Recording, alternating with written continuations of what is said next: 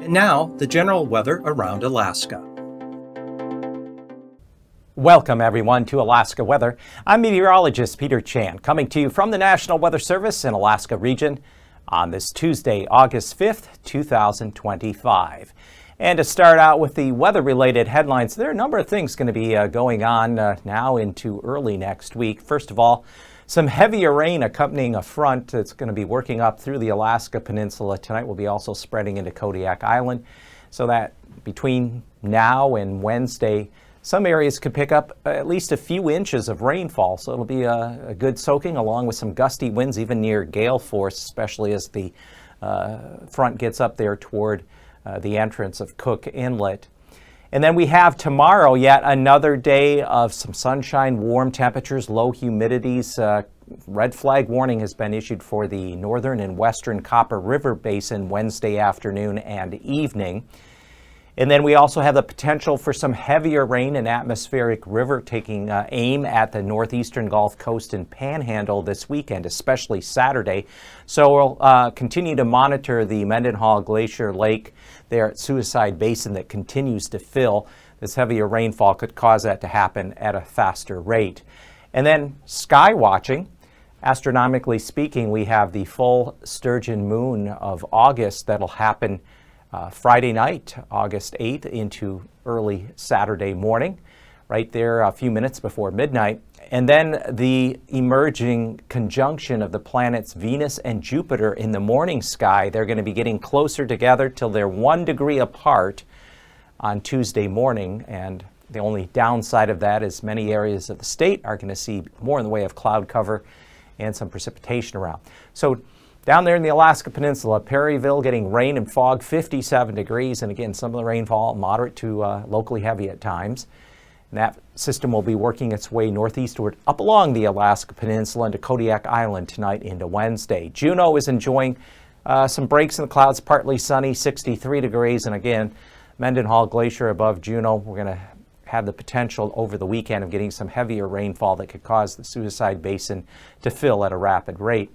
So here is what we have in terms of hazardous weather. We have the red flag warning for the northern and western Copper River Basin, including Glen Ellen and Gulkana, for Wednesday afternoon and evening. Gusty southeast winds along with temperatures above 70 and relative humidities as low as 25% will make for rapid fire spread should any ignitions occur. And then on Thursday, there is a wind advisory in effect for Donnelly and Upper Robertson River, because those gusty winds will be up on the other side of the Alaska Range. So the fire weather outlook here, hot, dry, windy conditions. Copper River Basin has led to the issuance of that red flag warning. We have one more warm, mostly dry day for South Central because the surface fuels are quite dry there, including Anchorage area. So there's a short period of warmer, dry weather begins across the central and eastern interior. That will tend to elevate the fire danger a bit as we go through the end of the week. But overall, cooler and wetter weather is going to settle in the western two-thirds of the mainland. But the eastern interior, especially along the Elkhorn border, will remain warm and on the dry side. So here is what we have coming up. Fire danger Wednesday here. That's the Copper River Basin. Also the upper Tanana, but this region here, just because of the combination of low humidity, very warm temperatures, and breezy conditions. So coming up on Friday evening, just before midnight, August 8th, we have the full sturgeon moon of August. Now, the sturgeon moon more relative to the Great Lakes region, where at one time historically there was a big run of sturgeon, these large fish, in August and September.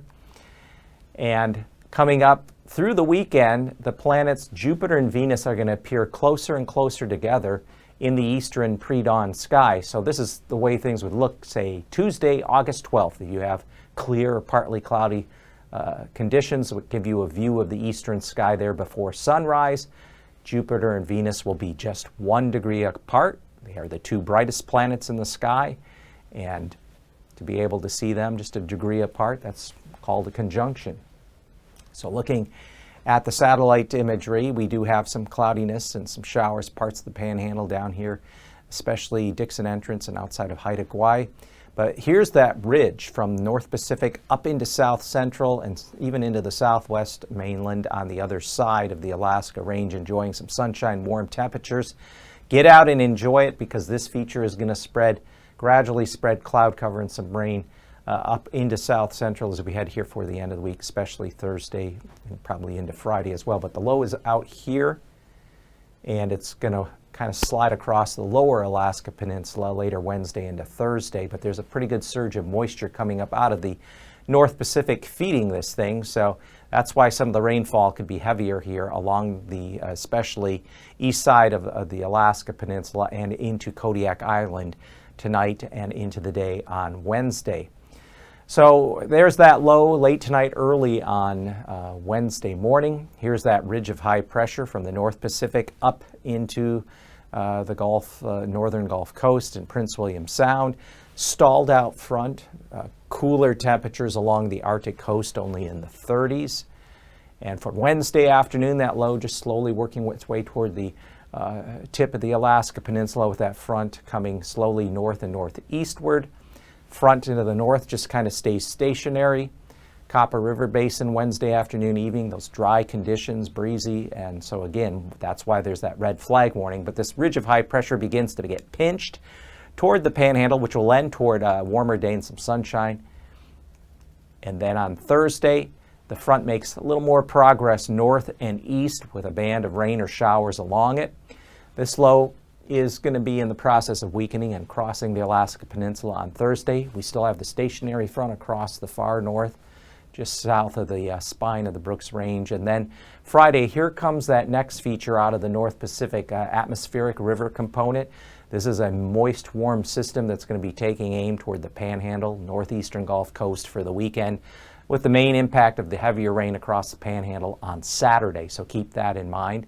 And then to the north, as this low comes up into the northeastern Gulf Coast and Panhandle, this will be the big weather player over the weekend. As that happens, it's going to help to draw down cooler air along the west coast. So eventually here, the north and western mainland will be cooling down as that low swings in with the heavier rain across southeast Alaska.